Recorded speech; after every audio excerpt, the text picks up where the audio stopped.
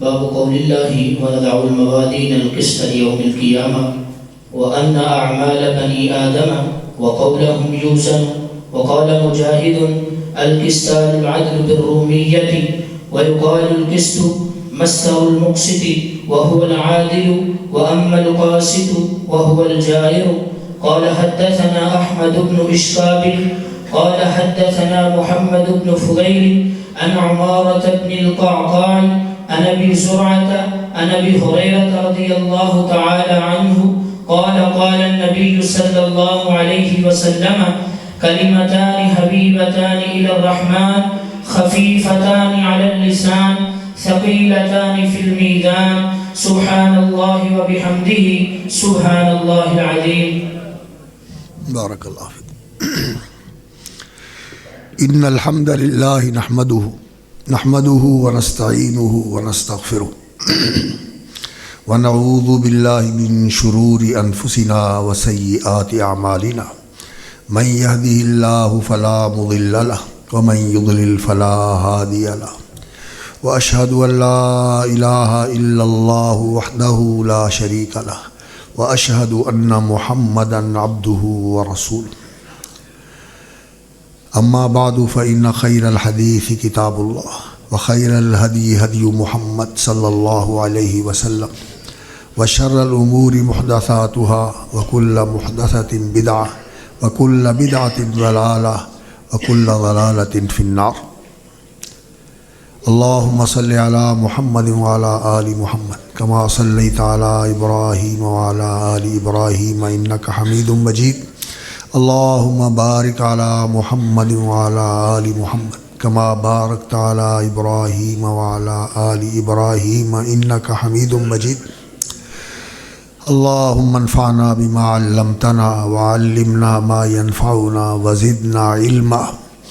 اللهم إنا نعوذ بك من علم لا ينفع ومن قلب لا يخشع ومن نفس لا تشبع ومن دعاء لا يسمع ومن عمل لا يرفع.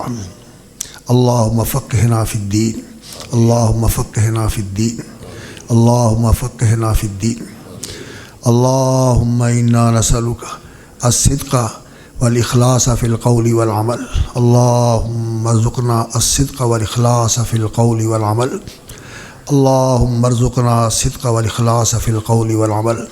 اللهم اجعل أعمالنا كلها صالحة واجعلها لوجهك خالصة ولا تجعل لأحد فيها شيئا.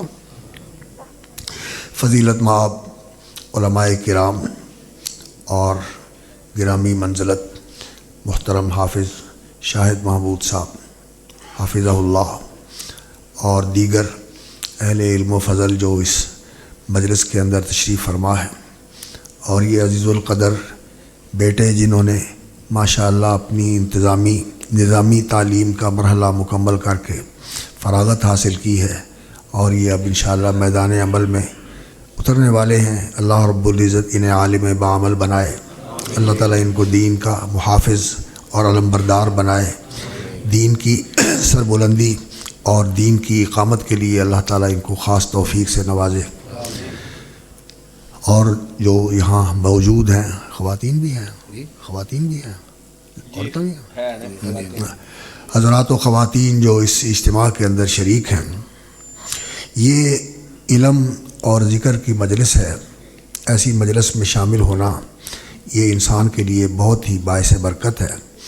اس مجلس کے اندر جو شریک ہوتا ہے، اللہ رب العزت ان لوگوں کو اپنی مغفرت سے نوازتے ہیں.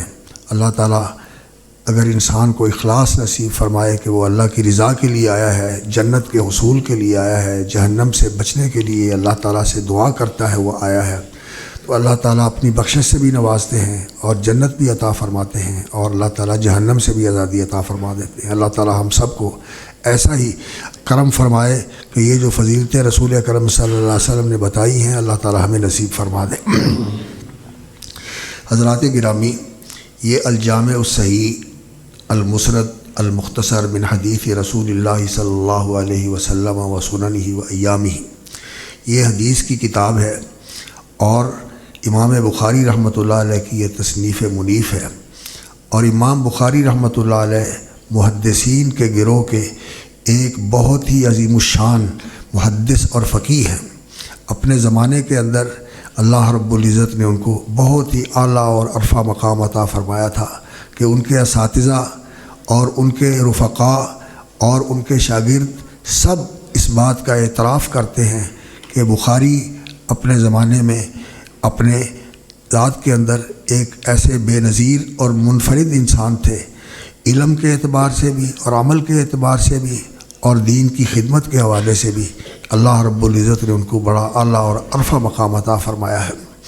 اور جو انہوں نے کتاب لکھی ہے الجامع الصحیح، اس کتاب کو یہ شرف حاصل ہے کہ امت کے علماء نے بالاتفاق اس بات کا اعتراف کیا ہے اور اس کا اظہار کیا ہے کہ اصح الکتب بعد کتاب اللہ کی کتاب قرآن مجید کے بعد صحیح ترین کتاب جو ہے وہ دین کی یہ امام بخاری رحمۃ اللہ علیہ کی الجامع الصحیح ہے۔ الجامع الصحیح امام بخاری رحمۃ اللہ علیہ کی جو تصنیف ہے، اس پر انہوں نے بڑا عرصہ لگایا، 16 سال اس کی تصنیف اور تالیف کے اوپر انہوں نے صرف کیے، اور وہ کہتے ہیں کہ میرے سامنے 6 لاکھ احادیث کا ذخیرہ تھا، ان میں سے میں نے انتخاب کیا ہے اس کتاب کو۔ یہاں ایک بات کی وضاحت مناسب معلوم ہوتی ہے کہ بعض اوقات انسان کے لیے یہ بات بڑی عجیب سی محسوس ہوتی ہے کہ وہ 6 لاکھ احادیث کون سی تھیں جو ان کے پاس تھی، اور اتنی بڑی تعداد تو حدیثوں کی ہمارے پاس ہے نہیں ہے۔ ہمارے پاس ایک بہت بڑی مسند جو ہے وہ امام احمد رحمۃ اللہ علیہ کی المسند ہے، اس کے اندر جو احادیث کی تعداد ہے وہ کوئی 29,000 کے قریب ہے۔ اور ایک سیوطی رحمۃ اللہ علیہ کی کتاب ہے جس کا نام انہوں نے جمع الجوامع رکھا تھا، یعنی تمام حدیث کی جو جامع کتابیں تھیں اس کے اندر انہوں نے جمع کر دیا اس کو۔ تو جمع الجوامع جو ان کی کتاب تھی، اب تو خیر وہ بھی شائع ہو گئی ہے، تو اس کو ابواب کے اوپر ترتیب دے کر ہندوستان کے ایک عالم نے علی متقی الہندی رحمۃ اللہ علیہ نے اس کا نام رکھا تھا کنز العمال، عمل کرنے والوں کے لیے خزانہ۔ تو اس کی جو احادیث ہیں، جس کے اندر صحیح احادیث بھی ہیں، کمزور احادیث بھی ہیں، اور جتنے بھی دین کے شعبے اور متعلقات ہیں ان سب کے متعلق احادیث ہیں، اس کی تعداد جو ہے وہ 48,000 کے قریب ہے، اور وہ ساری صحیح نہیں ہیں۔ تو یہ 6 لاکھ احادیث کون سی تھیں؟ اصل میں محدثین کا جو ایک وتیرہ ہے اور ان کے ہاں جو ایک اصطلاح ہے، وہ اپنے استاد سے حدیث سنی، اس نے اپنے استاد سے سنی، اور اس نے آگے اپنے استاد سے سنی، اور رسول اللہ صلی اللہ علیہ وسلم تک وہ سلسلہ پہنچا۔ تو پھر اگر کسی دوسرے استاد سے سنی ہے اور ان کا جو سلسلہ سند ہے وہ مختلف ہے، اوپر حدیث ایک ہی ہے، جیسے انما الاعمال بالنیات یہ حدیث ہے رسول اکرم صلی اللہ علیہ وسلم کی، اور صحیح بخاری کے اندر یہ پہلی حدیث ہے۔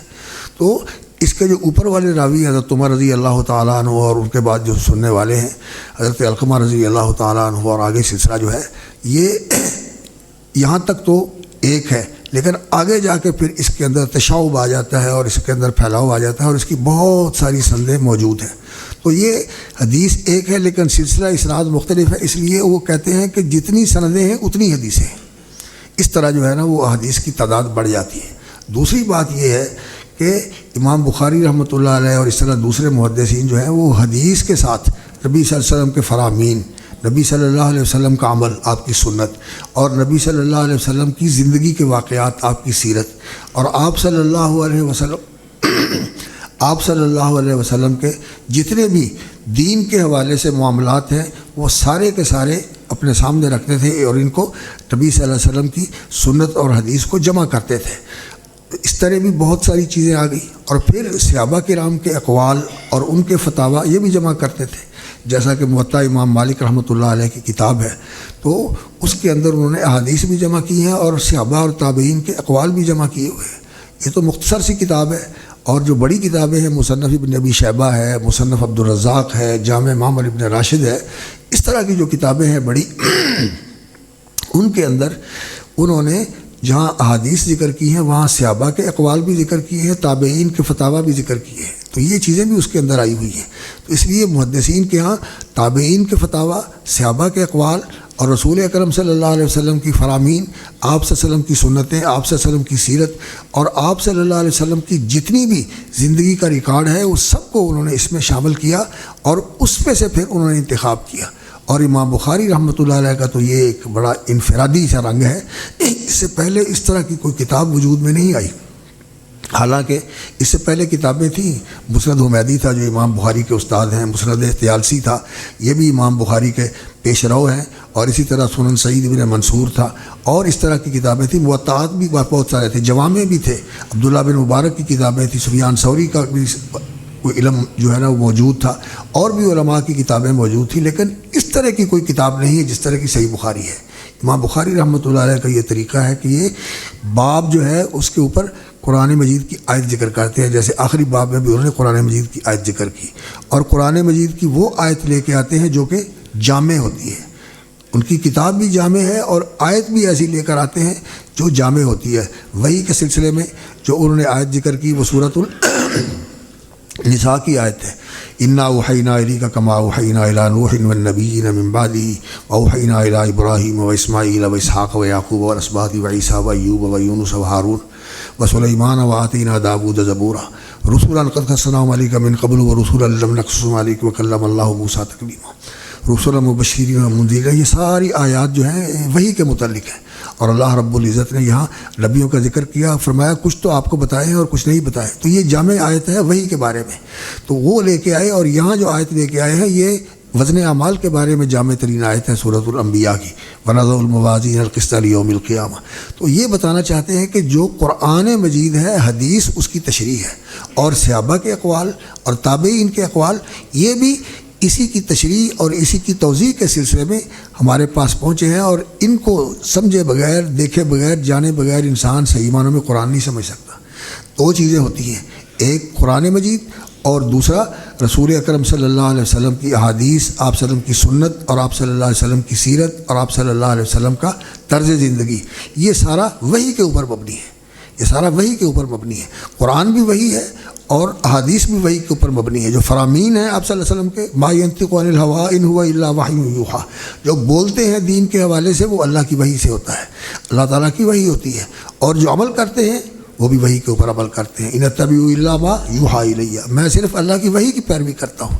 اللہ کا حکم بھی یہی تھا، اتبع ما یوحیٰ الیک من ربک، جو اللہ کی طرف سے وحی ہوا ہے وہی آپ اس کی پیروی کریں۔ تو آپ صلی اللہ علیہ وسلم کا عمل بھی وہی پر تھا، آپ صلی اللہ علیہ وسلم کا فرمان بھی وہی تھا، اور آپ صلی اللہ علیہ وسلم کی پوری زندگی میں اللہ رب العزت نے ایسی آپ صلی اللہ علیہ وسلم کو اراعت، یعنی ایسا اللہ نے فہم اور ایسا اللہ رب العزت نے ان کو علم اور معرفت عطا فرمائی تھی کہ اللہ رب العزت نے فرمایا یاسین والقرآن الحکیم انک لمن المرسلین علی صراط مستقیم، آپ اللہ کے رسول ہیں اور آپ صراط مستقیم پہ گامزن ہیں، صراط مستقیم کے آپ امام ہیں، صراط مستقیم کے آپ پیشوا ہیں، اور صراط مستقیم وہی ہے جس پر آپ صلی اللہ علیہ وسلم نے زندگی گزاری ہے۔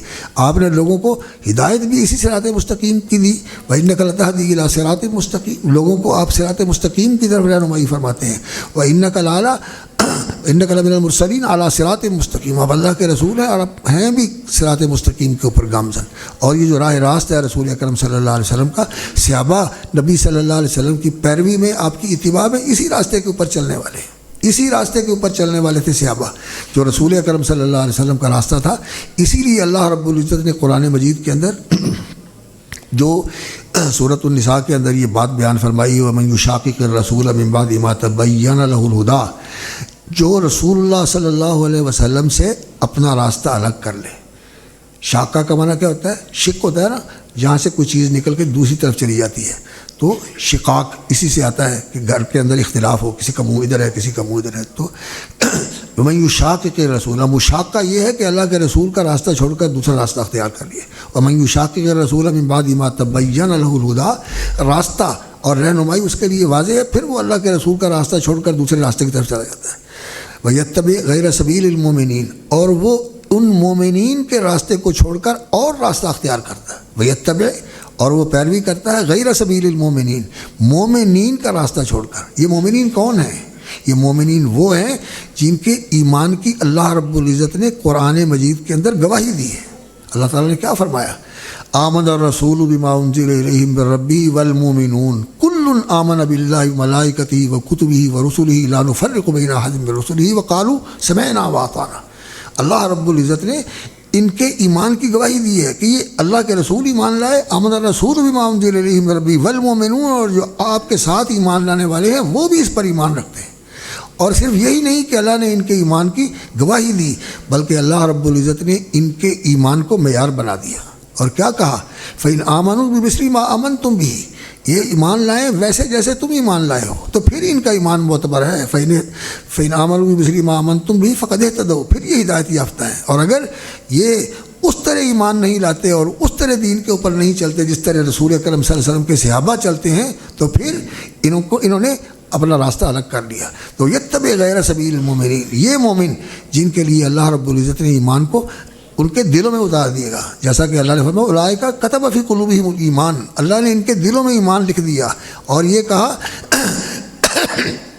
حبب الیکم الایمان وزینہ فی قلوبکم، کہ ایمان کو اللہ رب العزت نے تمہارے لیے محبوب بنا دیا اور اس ایمان کو تمہارے دلوں میں سجا دیا۔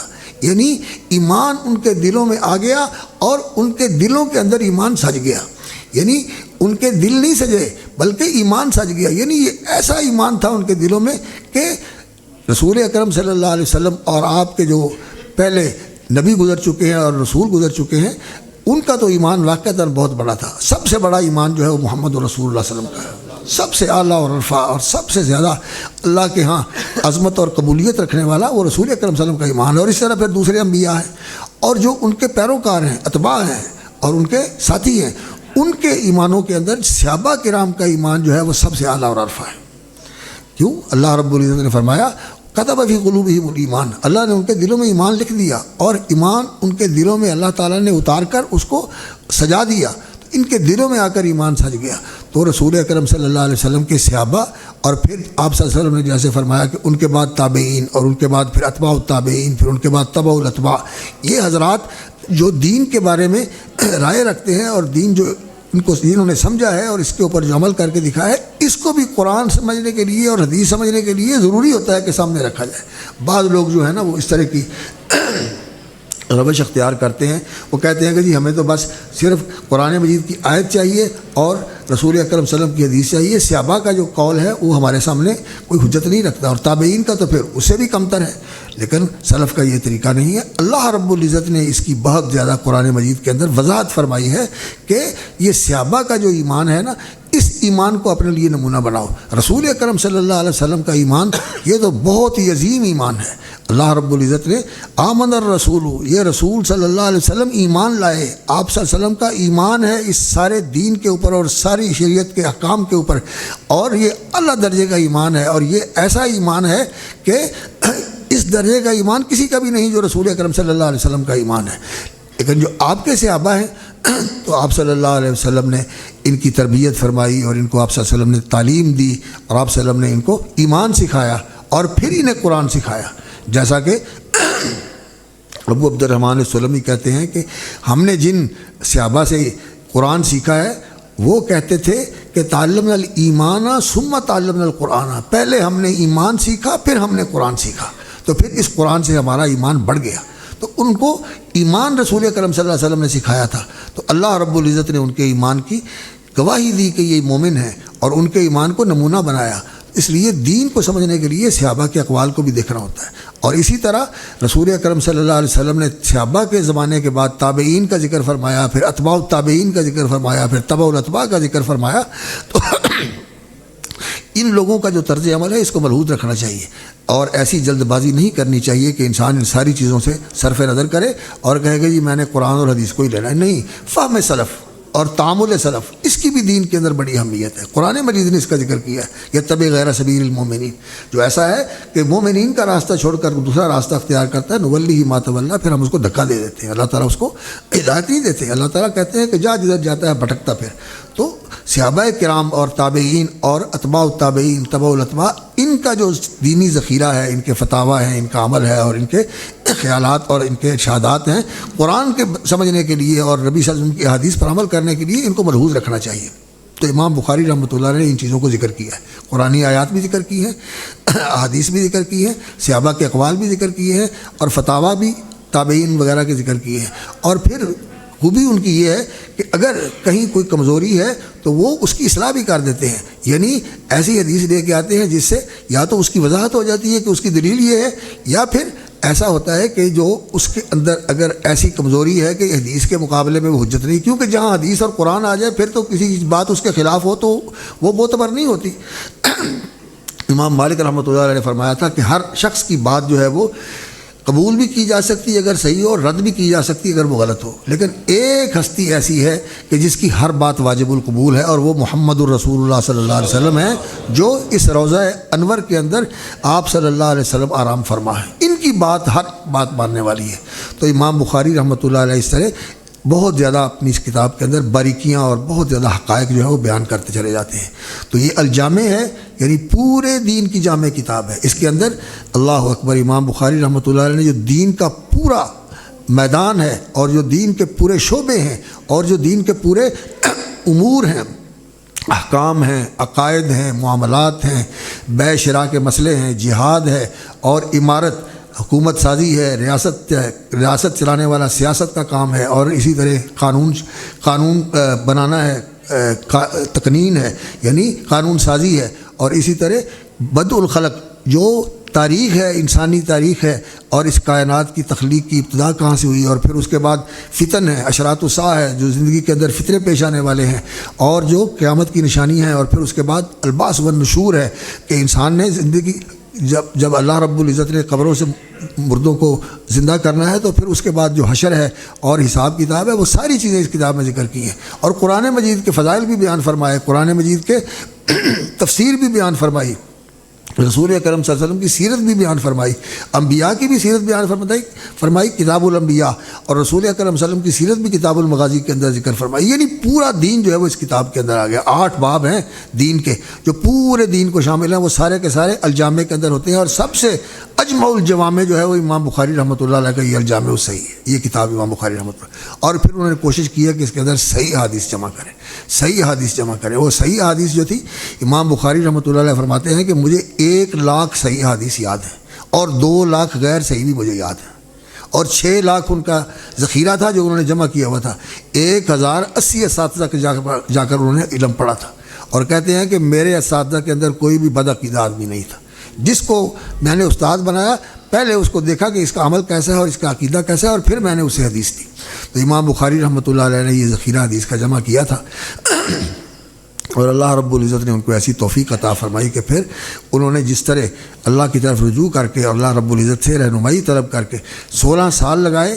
اور کہتے ہیں کہ میں طریقہ میرا یہ تھا کہ ہر کتاب کو میں نے 3 دفعہ ترتیب دیا ہے. ایک دفعہ اس کا علمی ذخیرہ اور مواد جمع کیا، پھر اس کو میں نے اکٹھا کیا، تالیف کیا اس کو، اور پھر اس کو تصنیف کیا، یعنی چھان بین کر کے پھر اس کو میں نے دوبارہ جو ہے نا وہ مرقع کر کے اس کی تصنیف کی، اس کو جوڑا، اور پھر اس کے بعد بھی تنقیح کی، اور اس کے اندر جو تھی کوئی ایسی چیز جو ذرا قابل غور تھی تو میں نے اس کو ہٹا دیا. اور اس کے لیے جو آخری دفعہ میں نے اس کے اندر ذکر کیا ہے حدیث کی کتاب میں حدیث کو ذکر کیا ہے یا اور دوسری چیزوں کو ذکر کیا ہے، مسند احادیث کو.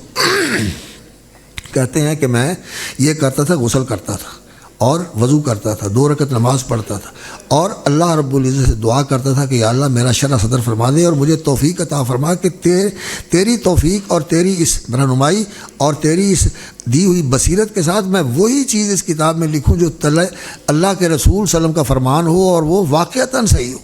اس طرح انہوں نے اس کتاب کے اندر حدیث جمع کی، اور اسی لیے امت کے علماء کا اتفاق ہے کہ یہ اصح الکتب بعد کتاب اللہ، قرآن مجید کے بعد یہ سب سے صحیح ترین کتاب ہے.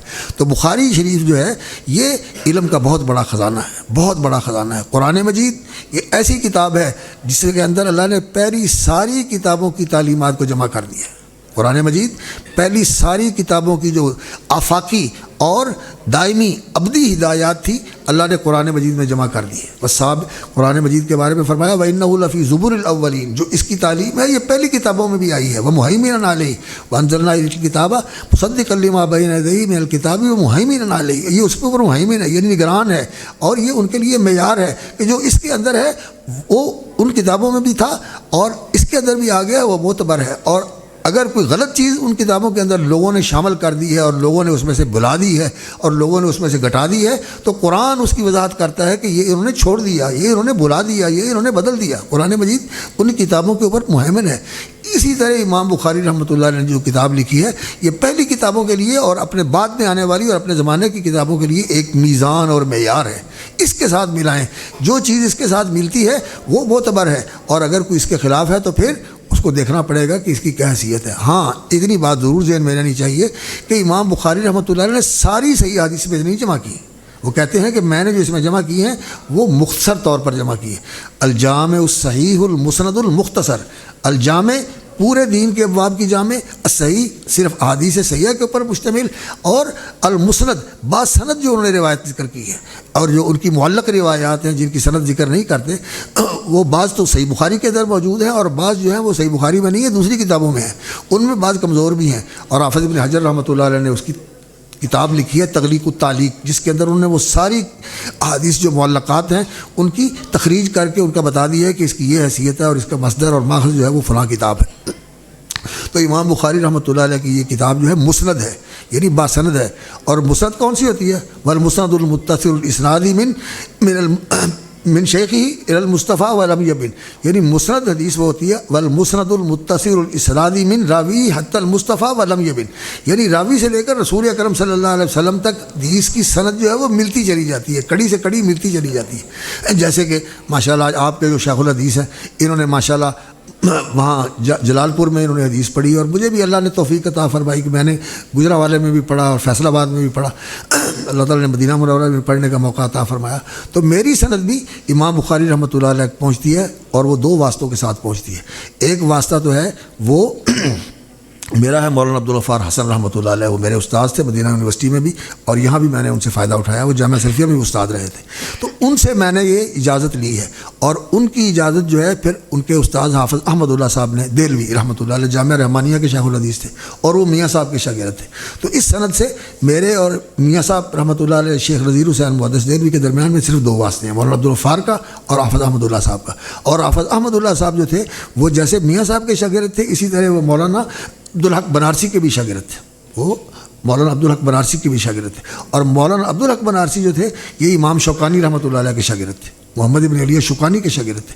تو اس طرح ہم پھر تین واسطوں کے ساتھ، یعنی مولانا عبدالغفار حسن، مولانا حافظ احمد اللہ صاحب دہلوی، مولانا عبدالحق بنارسی، تین واسطوں سے امام شوکانی تک پہنچ جاتے ہیں۔ اور امام شوکانی رحمۃ اللہ علیہ بھی یہ اہل حدیث کے اماموں میں سے ہیں۔ ان کی کتاب جو نیل الاوطار ہے یہ علماء کو اس کی طرف رجوع کرنا چاہیے۔ ہمارے مسائل کو سمجھنے کے لیے علماء کو علمی کتابوں کی طرف رجوع کرنا چاہیے۔ یہ اردو کی کتابیں ٹھیک ہے، یہ ہماری عام عوام کے لیے یہ فائدہ مند ہے، لیکن علماء کو چاہیے کہ عربی کے اندر رسوخ حاصل کریں اور جو علمی اور مستند کتابیں ہیں ان کے ساتھ تعلق رکھیں۔ ماشاءاللہ مفتی صاحب بھی موجود بیٹھے ہیں یہاں، اللہ تعالیٰ ان کے علم و فضل میں برکت فرمائے۔ تو اپنے علم کو پختہ کیجیے اور اس کو مستند بنائیے، اور اس کے ساتھ جو ہے نا اس طرح اس کو مضبوط کیجیے جیسے امام بخاری رحمۃ اللہ علیہ کا موقف تھا۔ امام بخاری رحمۃ اللہ علیہ فرماتے ہیں کہ مجھے احادیث اور صحابہ کے اقوال اور تابعین کے اقوال جو میں نے یاد کیے ہیں، جو میرے مستحضر ہیں، مجھے ان کا قرآن اور حدیث میں ماخذ کیا ہے اور اس کی سند کیا ہے یہ بھی مجھے معلوم ہے، اور جو راوی ہے اور جس کا وہ قول ہے اس کے بارے میں اس کے حالات بھی مجھے معلوم ہیں، اس کے حالات بھی مجھے معلوم ہیں، اور اس کی جو دلیل، اس کے جو قول ہے اس کی دلیل بھی مجھے معلوم ہے کہ کہاں سے اس نے یہ چیز لی ہے۔ تو اس طرح انسان کو نا یہ دین کا علم پڑھنا چاہیے کہ انسان کو ہر چیز کے بارے میں پوری طرح آگاہی ہو۔ خیر علم تو انسان کا بہرحال جتنا بھی انسان اس میں پڑھتا ہے آگے بڑھتا ہے تو اسے یہی معلوم ہوتا ہے کہ میرا علم تو بہت ہی محدود ہے، اور علم تو ایک ایسا بحر ناپیدا کنار ہے، یہ ایسا سمندر ہے کہ جس کا کوئی کنارہ نہیں، اور اس کی اتنی گہرائی ہے کہ اس کی کوئی تھا نہیں، اس کی جو بہت زیادہ گہرا ہے اور بہت زیادہ وسیع ہے۔ لیکن اللہ رب العزت سے یہی دعا کرتے رہنا چاہیے جو اللہ نے اپنے پیغمبر صلی اللہ علیہ وسلم کو بتائی تھی، وقر ربی زدنی علما، اللہ میرا علم بڑھا، میرا علم بڑھا، میرا علم بڑھا۔ تو یہ نہیں کرنا آپ نے کہ یہاں پڑھ لیا اور اس کے بعد بس چھوڑ دے، نہیں، اس علم کو جاری رکھنا ہے، سیکھتے رہنا ہے، سیکھتے رہنا ہے۔ امام بخاری رحمۃ اللہ علیہ نے وہ ذکر کیا ہے نا، حضرت عمر رضی اللہ تعالیٰ عنہ کا قول، تفقہوا قبل ان تسودوا، سردار بننے سے پہلے، ذمہ دار بننے سے پہلے، قیادت اور کوئی اعلیٰ منصب اختیار کرنے سے پہلے اپنے آپ کو دین کی فقاہت سے آراستہ کر لو، تفقہوا قبل ان تسودوا۔ اور امام بخاری نے کیا کہا؟ قال ابو عبداللہ وبعد ان تسودوا، ذمہ داریاں ملنے کے بعد بھی اس علم کے اندر اضافہ کرتے رہو، اس علم کو بڑھاتے رہو۔ تو یہ علم جو ہے نا، یہ نہیں کہ صرف مدرسے میں پڑھ لیا اور اس کے بعد انسان بس ٹھپ دے، نہیں، بند نہیں کرنا، اس کو جاری رکھنا ہے، پڑھتے رہنا ہے۔ امام بخاری رحمۃ اللہ علیہ کی یہ کتاب بہت ہی عظیم الشان کتاب ہے، اس لیے آپ اس کے اوپر بہت زیادہ توجہ دیں اور اس کو بار بار پڑھتے رہیں، اور اس کے ساتھ صحیح مسلم کو بھی ملا لیں۔ یہ دونوں صحیحین جو ہیں بہت ہی عظیم کتابیں ہیں، اور ان کے اندر دین کا جو صحیح ذخیرہ ہے اللہ رب العزت کے فضل اور توفیق سے انشاءاللہ وہ جمع ہو گیا ہے۔ اور جو دوسری کتابیں ہیں، سنن اربع، سنن ابی داود ہے، اور جامع ترمذی ہے، اور سنن نسائی ہے، اور سنن ابن ماجہ ہے، اور موطا بھی ان کے ساتھ ہے، بلکہ موطا کی جو روایات ہیں وہ تقریباً ساری صحیحین کے اندر آ گئی ہیں، جو مرفوع اور متصل ہیں، وہ ساری اس کے اندر آ گئی ہیں۔ لیکن ان کتابوں کو بھی انسان اگر ساتھ رکھے تو انشاءاللہ العزیز اللہ تعالیٰ انسان کو بڑی فقاہت نصیب فرما دیتے ہیں۔ من یرید اللہ بہ خیرا یفقہہ فی الدین، جس کو اللہ خیر سے نوازنا چاہتے ہیں اللہ تعالیٰ اس کو دین کی سمجھ عطا فرماتے ہیں۔ تو تفقہوا فی الدین، دین کی فقاہت ہونی چاہیے۔ اللہ نے یہی کہا ہے قرآن مجید میں، ولولا رجال ما کان المؤمنون لینفروا کافہ، سارے مومن سرحدوں پہ چلے جائیں، نہیں، فلولا ما کان المؤمنون لینفروا کافہ فلولا نفر من کل فرقۃ منہم طائفۃ، ہر علاقے سے، ہر جماعت سے ایک گروہ ایسا آنا چاہیے جو دین کے اندر تفقہ حاصل کرے۔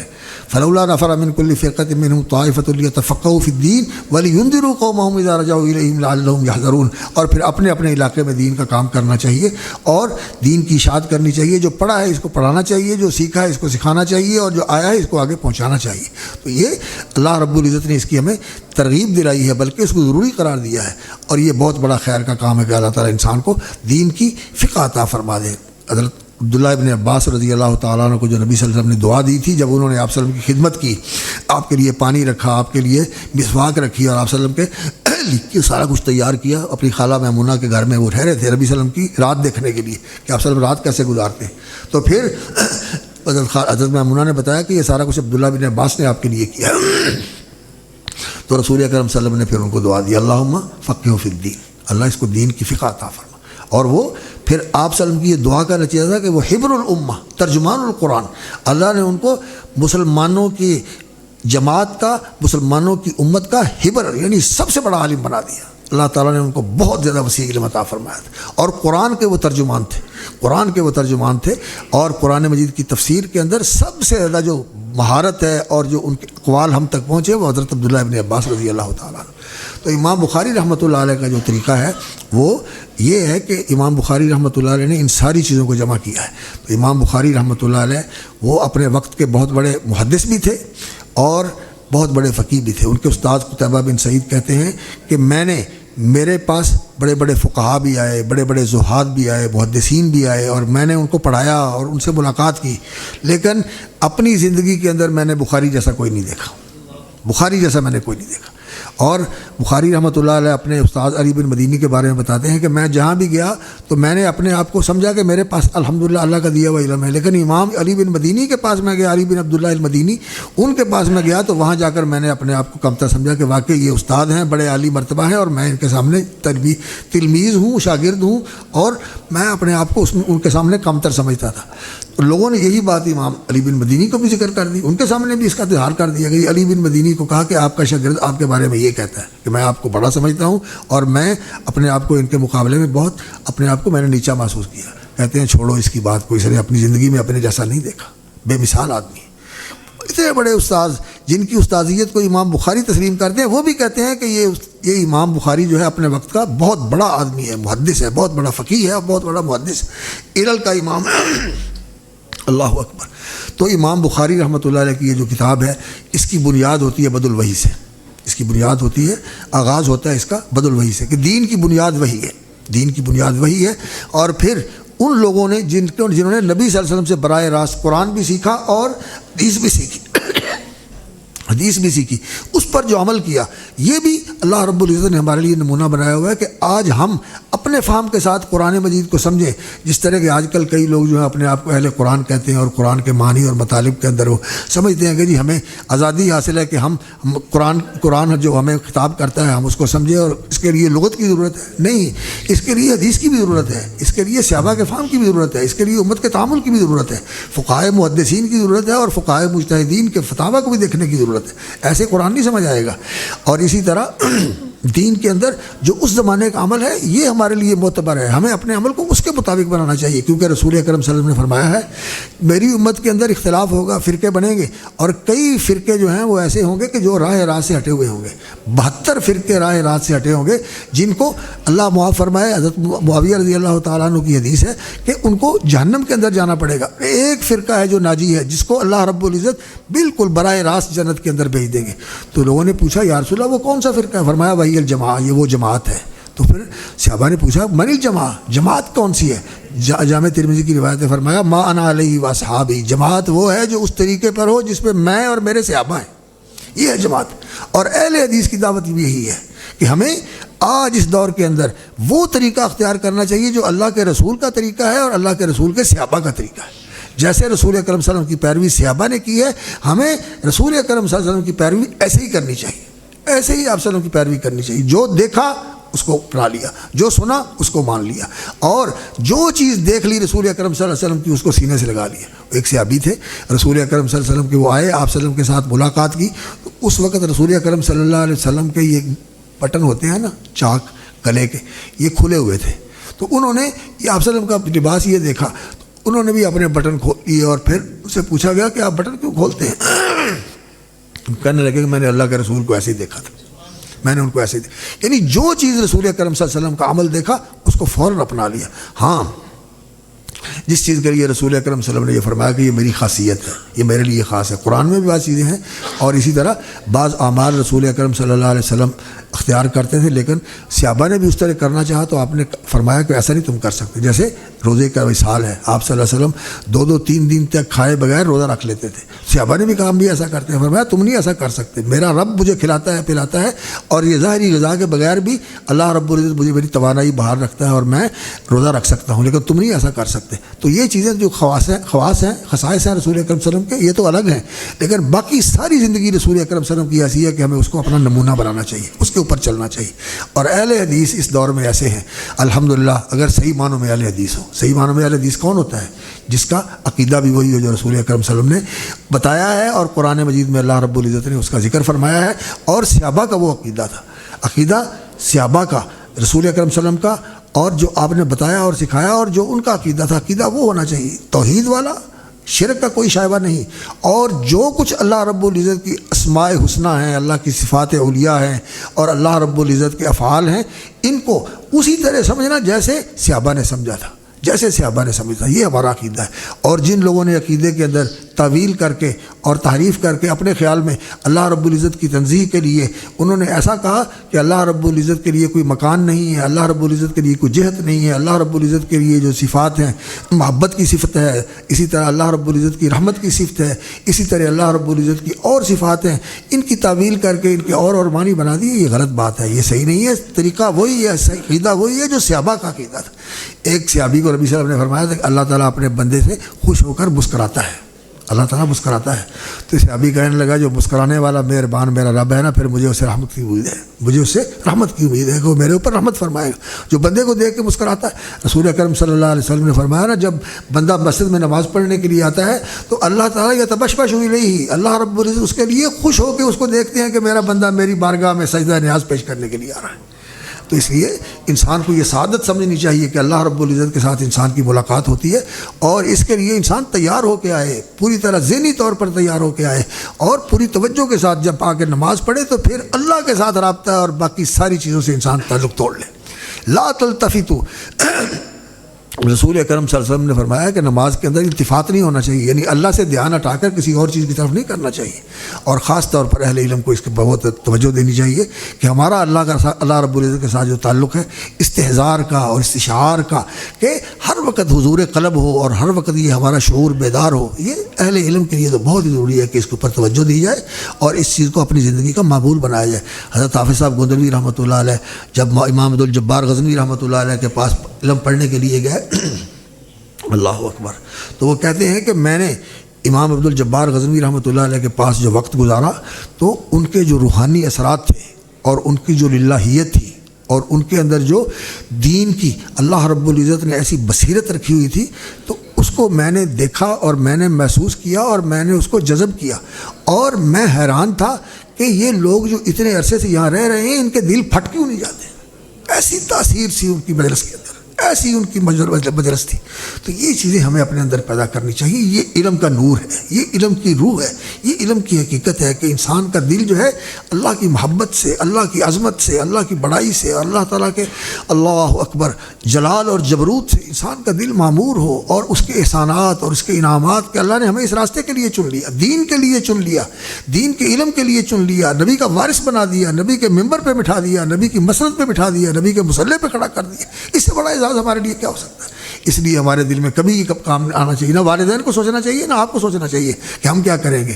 اللہ رب العزت نے ہمارے لیے وہ چیز منتخب فرمائی ہے جو اللہ کے نبیوں کا کام تھا، علم اور تعلیم اور لوگوں کی تربیت اور لوگوں کی رہنمائی، اور انہیں اللہ کے ساتھ جوڑنا، اللہ کے سامنے لا کر اللہ کے لیے جھکانا، اور انہیں یہ بتانا کہ ہمارا سب کچھ اللہ کے لیے ہے، ہمیں جو کچھ ملا ہے یہ بھی اللہ نے دیا ہے، اور ہمارا سب کچھ بھی کیا ہے؟ اللہ کے لیے ہے، میں بھی اللہ کے لیے، میرا مال بھی، میری اولاد بھی، سب اللہ کے لیے ہے۔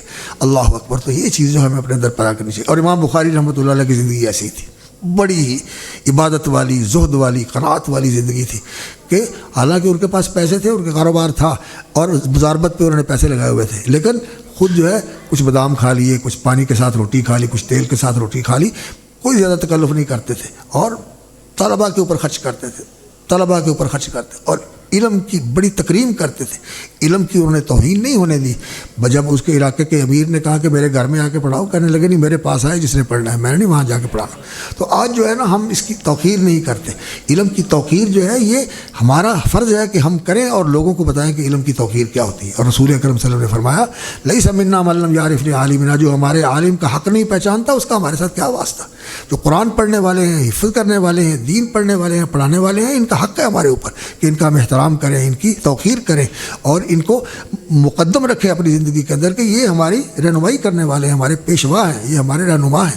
تو اللہ تعالیٰ ہمیں اس کی توفیق عطا فرمائے۔ تو کتاب الوحی جو ہے یہ پہلی کتاب ہے، اور اس کے بعد پھر کتاب الایمان ہے کہ وحی کے اوپر ایمان لانا ہے، اور پھر اس کے بعد کتاب العلم ہے، وحی کا علم سیکھنا ہے، اور پھر آگے تفصیلات ہیں، اور آخر میں جا کے پھر کتاب الاحکام لے کے آئے ہیں کہ دین کے اندر اللہ رب العزت نے جو قوانین اور ضابطے بنائے ہیں ان کی روشنی میں جو دوسرے قوانین اور احکام کو سمجھنا ہے اس کا طریقہ یہ ہے کہ ان کو اصول بنایا جائے اور ان کی روشنی میں دوسروں کو سمجھا جائے۔ اور پھر کتاب الاعتصام بالکتاب والسنہ لے کر آئے ہیں کہ رسول اکرم صلی اللہ علیہ وسلم نے دو چیزوں کی وصیت فرمائی ہے، حجۃ الوداع کے موقع پر بھی اور ایک دوسرے موقع پر بھی رسول اکرم صلی اللہ علیہ وسلم نے یہ فرمایا تھا جب حج سے واپس آ رہے تھے کہ اللہ کی کتاب اور رسول اکرم صلی اللہ علیہ وسلم کی سنت ان کو مضبوطی سے تھام لو، مضبوطی سے انہیں پکڑ لو، اور جب تک ان دونوں کو مضبوطی سے پکڑے رکھو گے تو اس وقت تک تم گمراہ نہیں ہو سکو گے۔ جب ان کو چھوڑ دو گے، کتاب اللہ کو، سنت رسول اللہ کو، سنت رسول کو لے گو، قرآن چھوڑ دو گے، یا قرآن کو لو گے اور سنت کو چھوڑ دو گے تو کام خراب ہو جائے گا۔ لیکن یہاں یہ بات یاد رکھیں کہ وہ سبیل المومنین جو ہے نا، یعنی کتاب و سنت پر اس طرح عمل کرنا ہے جس طرح صحابہ نے کیا تھا، جس طرح تابعین نے کیا تھا، جس طرح اتباع التابعین اور تبع الاتباع نے کیا تھا، وہ اس کو ضرور سامنے رکھنا ہے۔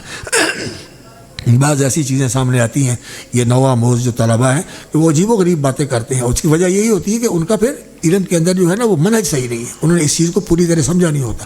تو اس علم کے اندر کتاب اللہ اور سنت رسول اللہ جس طرح صحابہ نے اس کو سمجھا اور اس پر عمل کیا، اور جس طرح تابعین نے سمجھا اور اس پر عمل کیا، اتباع التابعین نے سمجھا اور عمل کیا، اور امام بخاری رحمۃ اللہ علیہ نے اسی لیے اس کے اندر اس کا ذکر کیا ہے، صحابہ کے اقوال اور تابعین کے اقوال ذکر کرتے ہیں۔ اور پھر کتاب الاعتصام بالکتاب والسنہ کے بعد کتاب التوحید لے کر آئے۔ کتاب التوحید کے اندر انہوں نے جو توحید بیان فرمائی ہے، اصلاً تو وہ اسماء و صفات کی توحید ہے، اسماء و صفات کی توحید ہے، اور ویسے توحید ربوبیت بھی اس میں آ جاتی ہے, توحید الوہیت بھی اس میں آ جاتی ہے. تو اللہ رب العزت کی ذات کے بارے میں جو ہماری معرفت ہے, جو اللہ کی پہچان ہے, جس کے ساتھ ہم اللہ رب العزت کے بارے میں ایک یقین اور ایمان اور ایک علم اور ایک معرفت اپنے اندر پیدا کرتے ہیں, وہ کیا ہے؟ وہ اللہ تعالیٰ کے پاک نام ہیں, اسماء الحسنیٰ ہیں. وَلِلَّهِ الْأَسْمَاءُ الْحُسْنَىٰ فَادْعُوهُ بِهَا. اللہ کے خوبصورت نام ہیں, ان کے ساتھ اللہ کی عبادت کرو اور اللہ رب العزت سے دعا کرو. تو یہ اسماء الحسنیٰ اللہ تعالیٰ کے بے شمار ہیں, اتنے اللہ کے اسماء الحسنیٰ ہیں کہ وہ جو حدیث ہے رسول اکرم صلی اللہ علیہ وسلم کی, اللہم انا عبادک ابناء عبادک ابناء امائک نواسی, میں جمع کے سیغے سے پڑھ رہا ہوں, ویسے حدیث مفرد کے سیغے ساتھ, انی عبدک وابن عبدک وابن امتک ناصیتی بیدک ماض فی حکمک عدل فی قضاؤک اسألک بکل اسم هو لک سمیت به نفسک وانزلتہ فی کتابک وعلمتہ احدا من خلقک واستأثرت به فی علم الغیب عندک. یا اللہ تو نے اپنا نام رکھا, تو نے کسی کو سکھایا, اپنی کسی کتاب میں ذکر کر دیا, یا تیرے پاس ہی ہے وہ تیرا نام ہے, اور تیرے ان سارے ناموں کا واسطہ دے کر آپ سے سوال کرتا ہوں. اور کس کا سوال کیا؟ کس کا سوال کیا؟ ان تجعل القرآن ربیع قلبی, یا اللہ اس قرآن کو میرے دل کی بہار بنا دے, تیرا قرآن میرے دل میں اتر جائے اور میرا دل باغ و بہار ہو جائے. اللہ اکبر. ونور صدری, اور میرے سینے کا نور بنا دے. بیٹا جنہوں نے حفظ کیا ہے قرآن مجید کو, دل کی بہار بناؤ, اس کو دل میں اتارو, اور یہ تمہارے دل کا باغیچہ کھل جائے اس قرآن کی نور کے ساتھ اور اس کی خوشبو کے ساتھ. اللہ اکبر. اور پھر تمہاری یہ کیفیت ہو کہ تمہارے کردار سے اور تمہاری شخصیت سے بھی خوشبو آنے, قرآن کی خوشبو آئے, قرآن کی خوشبو ہے. تو ونور صدری وجلاء حزنی و غمی, یا اللہ میرے غموں کا اور میری پریشانیوں کا بھی مداوا بنا دے. اگر قرآن کے ساتھ انسان جڑ گیا ہے, محبت کرتا ہے, پڑھتا ہے, سمجھتا ہے, عمل کرتا ہے, اور اس کی خدمت کرتا ہے, اور اس کو آگے پہنچانے کی کوشش کرتا ہے, تو اللہ تعالیٰ اس کے سارے ہم غم دور کر دیتے ہیں, اس کے سارے ہم غم دور کر دیتے ہیں. اللہ اکبر. اور اللہ اکبر, جو قرآن مجید ہے اس نے ہمیں اس بات کی تعلیم دی ہے کہ ہم اپنی فکر اور اپنا سب سے بڑا مسئلہ اور اپنی سب سے بڑی سوچ کس کو بنائیں؟ آخرت کو. جیسے جو محترم پہلے بات کر رہے تھے آخرت کے بارے میں, آپ کو بتا رہے تھے کہ اگلی دنیا بناؤ, تو رسول اکرم صلی اللہ علیہ وسلم نے فرمایا من جعل الہموم ہما واحدہ, جو اپنی فکر اور اپنا غم ایک چیز کو بنا لے, ہم آخرتی ہی, آخرت کو اپنا ہم غم بنا لے, کفاہ اللہ ہم دنیا ہو, اللہ تعالیٰ اس کی دنیا کی سارے پریشانیاں دور کر دیتا, اللہ اس کے لیے آسانیاں کر دیتا. آخرت کو اپنا ہم غم بنائے. اللہ اکبر. ومن تشابہت بہ الامور, اور جس کو دنیا کی پریشانیوں نے اور دنیا کی مصیبتوں نے اور دنیا کے دھندوں نے اور دنیا کے سلسلوں نے اس کو بکھیر دیا, کوئی ادھر لے کے جا رہا ہے, کوئی ادھر لے کے جا رہا ہے, تو اللہ کو پھر اس کی پرواہ نہیں ہوتی کہ پھر یہ یہودیت یہ حالکہ کہیں جا کے وہ مر جائے کھپ جائے, اللہ تعالیٰ کو پرواہ نہیں ہوتی. لیکن جو دین کو اپنا ہم غم بناتے ہیں, آخرت کو اور اللہ کی رضا کو, ان کو اللہ رب العزت نوازتے ہیں, اللہ تعالیٰ ان کے اوپر مہربان ہو جاتے ہیں, اللہ تعالیٰ غیب سے ان کے لیے سارے کام کر دیتے ہیں. اللہ اکبر. جو قرآن مجید کو ہم سمجھیں, اور قرآن مجید نے جو ہمیں بتایا ہے کہ ہم بناؤ کس کا؟ آخرت کا. اللہ اکبر. اور دنیا جو ہے, ما بتاؤ الحیات دنیا فی الآخرۃ الا قلیل, دنیا جو ہے یہ آخرت کے مقابلے میں کوئی چیز ہی نہیں ہے, اس کی کوئی حیثیت ہی نہیں ہے. اللہ اکبر. جس کے لیے آج ہماری ساری منصوبہ بندی ہے, ہماری حکومتوں کے سارے انتظامات ہیں, اور ہماری ساری سوچیں اور امنگیں اسی دنیا کے ساتھ لگے ہوئے ہیں. رسول اکرم صلی اللہ علیہ وسلم نے فرمایا مت دنیا فی الآخرہ, یہ دنیا آخرت کے مقابلے میں کیسی ہے؟ اللہ کما یجعل احدکم اصبعہ فی الیم, کہ تم میں سے کوئی آدمی اپنی سمندر کے اندر انگلی ڈالے اور پھر اس کو دیکھے کہ اس کے ساتھ جو نمی لگی ہوئی ہے, جو پانی کے قطرے لگے ہوئے ہیں, ان کی کیا نسبت ہے اس سمندر کے ساتھ. یہ تو کوئی نسبت ہو سکتی ہے, لیکن دنیا کی آخرت کے ساتھ یہ بھی نسبت نہیں. دنیا آخرت کے مقابلے میں کوئی چیز ہی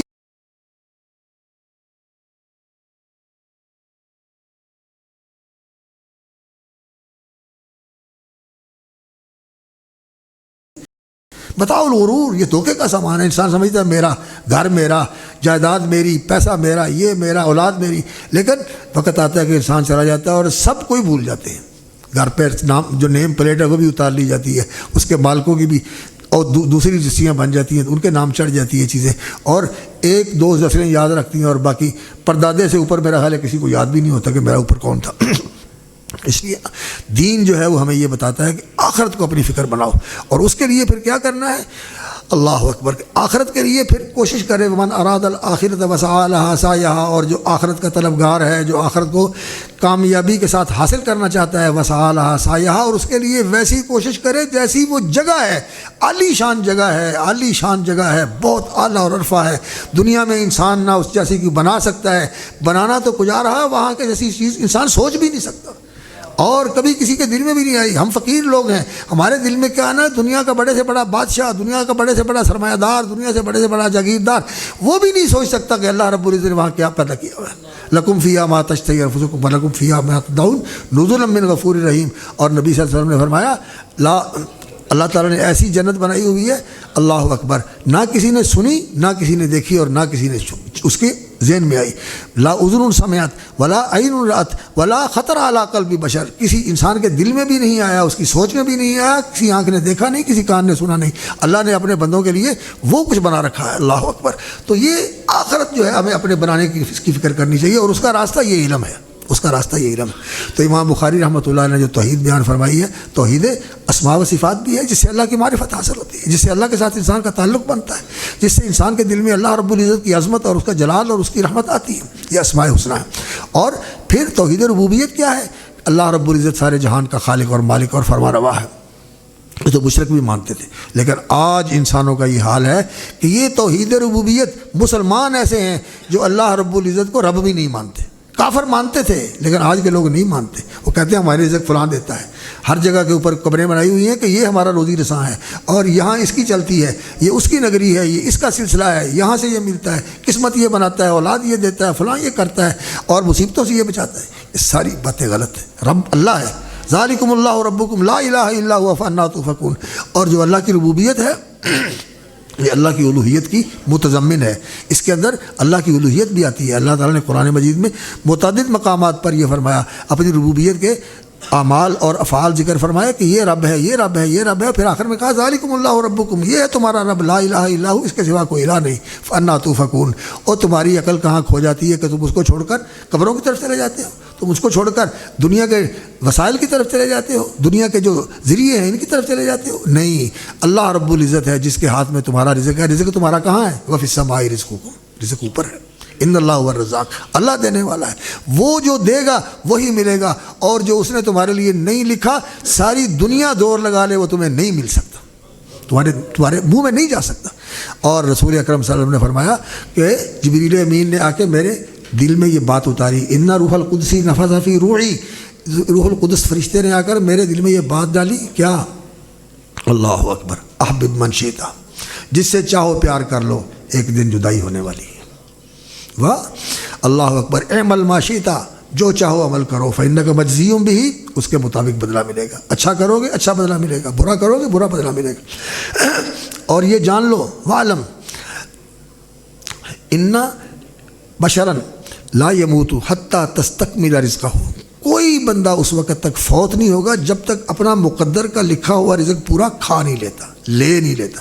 اور رزق کے اندر یہ بات یاد رکھیں، رزق صرف کھانا پینا نہیں ہے، مٹھائیاں اور دودھ اور چاول ہی نہیں ہے رزق، رزق کے اندر صحت بھی ہے، رزق کے اندر عزت بھی ہے، رزق کے اندر دین بھی ہے، رزق کے اندر ایمان بھی ہے، رزق کے اندر اچھا خاندان بھی ہے، اچھا ماحول بھی ہے، جو کچھ اللہ کی طرف سے انسان کو ملا ہوا سارا رزق ہے، یہ سارا رزق ہے، یہ اللہ کا رزق ہے، اس پر انسان کو اللہ کا شکر گزار ہونا چاہیے کہ اللہ نے مجھے یہ رزق دیا ہوا ہے۔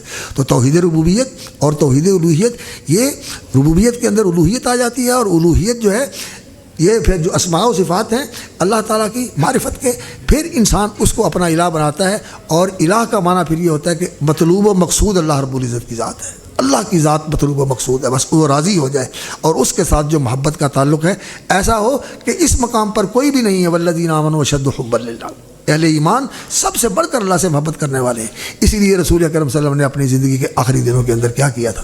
ممبر پہ بیٹھ گئے اور آپ صلی اللہ علیہ وسلم نے فرمایا کہ جس نے بدلہ لینا ہو مجھ سے بدلہ لے لے، اور پھر یہ فرمایا ایک بندے کو اللہ نے اختیار دیا ہے، اور اس نے یہ اختیار دنیا میں رہ لو، جتنی دیر رہنا چاہو رہ لو، پھر اگر نہیں چاہتے تو میرے پاس آ جاؤ۔ تو اس بندے نے یہ کہا کہ یا اللہ میں تیرے پاس آنا چاہتا ہوں۔ لوگوں نے سمجھا کہ یہ رسول اللہ صلی اللہ علیہ وسلم کسی کی بات کر رہے ہیں، لیکن حضرت ابوبکر صدیق رضی اللہ تعالیٰ عنہ کو معلوم ہو گیا کہ آپ صلی اللہ علیہ وسلم یہ بتا رہے ہیں کہ اب میرے جانے کا وقت آ گیا، میرے جانے کا وقت آ گیا، اللہ اکبر۔ اور نبی صلی اللہ علیہ وسلم نے فرمایا کہ میں نے جس نے میرے ساتھ احسان کیا میں نے اس کے احسان کا بدلہ دیا ہے، میں نے اس کے احسان کا بدلہ دیا ہے۔ ہاں ایک ایسی ہستی ہے جس کے احسانوں کا میں بدلہ نہیں دے سکتا اور نہیں دے سکا، اللہ دے گا اس کے احسانوں کا بدلہ۔ اور اگر دنیا میں نے کسی کو دلی دوست بنانا ہوتا، لو کنت متخذا خلیلا، خلیل وہ ہوتا ہے جس کا پیار اور محبت انسان کے دل کے اندر اتر جائے اور دل کے اندر سمایا ہوا ہو۔ فرمایا میں اگر کسی کو بنانا چاہتا تو ابو بکر کو بناتا، لیکن یہ میں نے دل اللہ کو دے دیا ہے۔ وَلَٰكِنَّ صَاحِبَكُمْ خَلِيلُ اللَّهِ، تمہارا نبی اور تمہارا ساتھی اللہ کا خلیل ہے۔ اب اس لیے میرے ساتھ ان کا تعلق اسلامی برادری کا ہے، یہ میرے اسلامی بھائی ہیں، ایمان کا اور اسلام کا اخوت کا تعلق ہے۔ یہ دل میں نے اللہ کے لیے رکھا ہوا ہے کہ اس میں صرف اللہ کی محبت ہے اور کسی کی محبت نہیں۔ اللہ اکبر، یہ چیز ہے رسول اکرم صلی اللہ علیہ وسلم کا زندگی کا نچوڑ اور خلاصہ۔ اور انسان اگر اللہ تعالیٰ کے ساتھ اپنی محبت ایسی بنا لیتا ہے تو یقین جانیے کہ پھر اللہ رب العزت اپنے بندے کو چھوڑتا نہیں، اللہ تعالیٰ بندے کے ساتھ ہوتا ہے۔ وَهُوَ مَعَكُمْ، ہمارے ساتھ تو وہ ہے ہر وقت ہی، جہاں بھی ہوں ہمارے ساتھ ہے۔ وَهُوَ مَعَكُمْ کس کے ساتھ؟ اپنے علم کے ساتھ، اپنی معرفت کے ساتھ، دیکھ رہا ہے، کنٹرول کر رہا ہے، اور ہر چیز ہماری اس کے قبضہ قدرت میں ہے۔ ہر چیز، ہمارے دل کی دھڑکنیں، ہمارے خون کی گردش، اور ہمارے دماغ کا کام، اور ہمارے جگر کا، ہمارے معدے کا، اور ہمارے جتنے جسم کے اعضاء ہیں جو کام کر رہے ہیں اس کے اذن سے حرکت کرتے ہیں۔ جب اس کا اذن نہیں ہوگا ہر چیز فیل ہو جاتی ہے، ہر چیز فیل ہو جاتی ہے، وہی سب کچھ ختم ہو جاتا ہے۔ تو اللہ رب العزت ہمارے ساتھ ہے، لیکن جو اپنے اس کے محبوب بندے ہوتے ہیں، ان اللہ یحب المحسنین، ان اللہ یحب المتقین، ان اللہ یحب التوابین و یحب المتطہرین، یہ ہیں جن کے ساتھ اللہ محبت کرتا ہے۔ تو پھر اللہ کی محبت ہوگی تو اللہ رب العزت بندے کے ساتھ جتنی بندہ کرتا ہے اللہ اس سے بڑھ کر کرتا ہے، اللہ اس سے بڑھ کر کرتا ہے۔ بندہ اللہ کی طرف ایک بارش قریب ہوتا ہے، اللہ ہاتھ قریب ہوتے ہیں، بندہ ہاتھ قریب ہوتا ہے، اللہ بہت زیادہ اس کے قریب ہوتے ہیں، اور اللہ تعالیٰ اس کو ایسا قریب کر لیتے ہیں کہ پھر اللہ تعالیٰ کہتے ہیں کہ اس کا سارا وجود جو ہے میرے اذن کے اور میری شریعت کے اور میرے احکام کے تابع ہو جاتا ہے، وہ میرا ہی ہو جاتا ہے، وہ میرا ہی ہو جاتا ہے۔ تو اللہ رب العزت ہمیں اس کی توفیق عطا فرمائے کہ توحید کو ہم سمجھیں، توحید کو ہم سمجھیں۔ آج توحید جو ہے بہت ہی مظلوم ہے۔ بہت سارے ایسے لوگ ہیں جو اپنے آپ کو مومن کہتے ہیں، جو اپنے آپ کو رسول اکرم صلی اللہ علیہ وسلم کا عاشق کہتے ہیں، اور اس طرح کی چیزوں کا وہ اہتمام کرتے ہیں، لیکن ان کے اندر توحید نہیں ہے۔ توحید جو ہے یہ سب سے بڑی نیکی ہے، اور ساری نیکیاں توحید سے نکلتی ہیں، اور سب سے بڑی برائی شرک ہے، اور ساری برائیوں کی جڑ شرک ہے، ساری برائیوں کی جڑ شرک ہے۔ اور دنیا کے اندر کبھی امن نہیں آ سکتا، کبھی اللہ کی رحمت نہیں آ سکتی جب تک اللہ کی توحید خالص نہیں ہوگی۔ خالص توحید مانی جائے گی تو اللہ کی رحمت آئے گی۔ جب اللہ تعالیٰ کے ساتھ دوسروں کو شریک بنایا ہوا ہے تو پھر اللہ رب العزت کی مدد کیسے آئے گی؟ اس لیے آپ توحید کو سمجھیں اور لوگوں کو سمجھائیں۔ لیکن اس کے لیے میں ایک بات عرض کروں گا، لوگوں کو یہ نہ کہیں کہ تم مشرک ہو، لوگوں کو ہم مسلمان ہیں، تم کلمہ پڑھتے ہو ہم بھی پڑھتے ہیں، آؤ دیکھیں قرآن کیا کہتا ہے، اللہ کے رسول کی سیرت کیا کہتی ہے، اللہ کے رسول کا طریقہ کیا کہتا ہے، صحابہ کی طریقہ کیسا تھا، اس کی طرف لے کے آئیں، اور الجھاؤ میں نہ پڑے۔ اگر بات مانتے ہیں تو ٹھیک ہے، نہیں تو دعا بھی کریں ان کے لیے اور سمجھا کے اپنی بات پوری کر دیں۔ اور پھر فتوی بازی کرنا اور ان کو یہ کہنا کہ تم ایسے ہو تم ایسے ہو، اس کی ضرورت نہیں۔ یہ کہنا چاہیے کہ مسلمانوں کے اندر ایسے ہیں جو یہ کام کرتے ہیں، کسی کو نہ کہے کہ تم کرتے ہو، مسلمانوں کے اندر ایسے ہیں جو یہ کام کرتے ہیں، لیکن قرآن یہ کہتا ہے کہ مسلمان ایسا نہیں ہوتا۔ مسلمان کیسا ہوتا ہے؟ اللہ نے قرآن مجید میں بتایا کہ یہ طریقے ہیں مسلمانوں کے۔ وما كان للمؤمن ولا مؤمنة إذا قضى الله ورسوله أمرا أن يكون لهم الخيرة من أمرهم۔ اللہ کی بات آ جائے، اللہ کے رسول کی بات آ جائے، ہمارا اختیار ختم ہو جاتا ہے، ہم نے ماننا ہے، سمعنا وأطعنا۔ اور ان المسلمین والمسلمات والمؤمنین والمؤمنات والقانتین والقانتات والصادقین والصادقات والصابرین والصابرات والخاشعین والخاشعات والمتصدقین والمتصدقات والصائمین والصائمات والحافظین فروجهم والحافظات والذاکرین اللہ کثیرا والذاکرات اعد اللہ لهم مغفرۃ واجرا عظیما۔ یہ ہیں مسلمانوں کی صفات، التائبون العابدون الحامدون السائحون الراکعون الساجدون الآمرون بالمعروف والناہون عن المنکر والحافظون لحدود اللہ وبشر المؤمنین۔ یہ صفات اپنے اندر بھی پیدا کریں اور لوگوں کے اندر بھی پیدا کرنے کی کوشش کریں۔ تو یہ توحید ہے، اور توحید کے ساتھ سنت ہے، رسول اکرم صلی اللہ علیہ وسلم کی پیروی، اور آپ صلی اللہ علیہ وسلم کی اتباع، اور آپ صلی اللہ علیہ وسلم کی اطاعت، اور آپ صلی اللہ علیہ وسلم کی زندگی کو اپنی زندگی کے اندر اتارنے کی پوری کوشش کرنا۔ اور آخری باب جو لے کے آئے ہیں، باب قول اللہ تعالیٰ ونضع الموازین القسط لیوم القیامہ، کہ اللہ رب العزت نے فرمایا کہ ہم عدل کا ترازو قائم کریں گے۔ الموازین تفہیم کے لیے جمع ہے یا ہر ایک بندے کے لیے الگ الگ ہوگا، لیکن صحیح بات یہی ہے کہ ہر ایک کا عمل تو تولا جائے گا، ایک ہی ترازو ہے، اور اس کے اندر نیکیاں بھی تولی جائیں گی اور برائیوں کو بھی رکھا جائے گا۔ نیکیاں بھاری ہوں گی اور برائیاں ہلکی ہو جائیں گی، اور کئی لوگ ہوں گے ان کی نیکیاں نہیں ہوں گی تو ان کی برائیاں بھاری ہو جائیں گی۔ تو اللہ رب العزت نے یہ قرآن مجید میں بیان فرمایا والوزن یومئذ الحق، اس دن وزن جو ہے یہ حق ہے، یقینی طور پر وزن ہونے والا ہے، والوزن یومئذ الحق۔ اور ونضع الموازین القسط لیوم القیامہ، عدل کا ترازو اللہ قائم کرے گے۔ القسط عدل، اور عدل اور قسط یہ دونوں مترادف ہیں، دونوں مترادف ہیں۔ انصاف جو ہے وہ اس کا معنی نہیں ادا کرتا، انصاف جو ہے اس کا معنی ہوتا ہے ادا کر دینا، ادا کر کے آدھا اس کو دے دیا، آدھا اس کو دے دیا، اور حق ان کا بنتا ہے، اس کا چوتھائی بنتا ہے، اس کا تہائی بنتا ہے، تو آپ نے تو غلط کر دیا، یہ بے انصافی ہو گئی۔ تو عدل یہ ہے کہ جو حق بنتا ہے اس کو دیا جائے، جس کا پورا ہے اس کو پورا دیا جائے، جس کا آدھا ہے اس کو آدھا، جس کا چوتھائی ہے اس کو چوتھائی دیا جائے۔ آج کل لوگوں نے نا عجیب و غریب کام شروع کیا ہوا ہے کہ اللہ کی شریعت کو بدلنا شروع کیا ہوا ہے، نکاح کے معاملات کے اندر اور وراثت کے معاملات کے اندر اور دوسرے معاملات کے اندر ایسی قانون سازیاں کر رہے ہیں جو کہ اللہ کے دین کے خلاف ہے، اللہ کی شریعت کے خلاف ہے۔ تو اس طرح اللہ کے ساتھ یہ جنگ ہے، سود بھی اللہ کے ساتھ جنگ ہے، اور اللہ کے قانون کے خلاف قوانین بننا یہ بھی اللہ کے ساتھ جنگ ہے۔